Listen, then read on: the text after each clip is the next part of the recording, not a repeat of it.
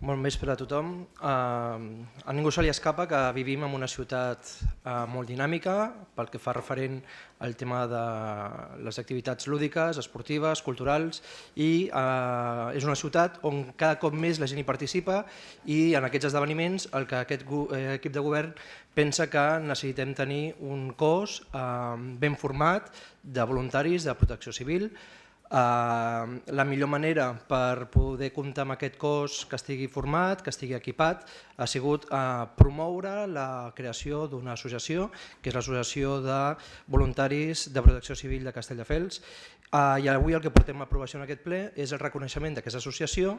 i que estigui vinculada amb les ordres de l'equip tècnic de protecció civil d'aquest Ajuntament. Jo crec que també és un moment per agrair a tots aquests voluntaris que encara a dia d'avui estan prestant el servei que se'ls demana, i encoratjar-los a que segueixin. És a dir, també informo que ben aviat es farà un acte obert al públic d'aquesta associació per intentar captar més voluntaris i explicar com funcionarà aquesta associació.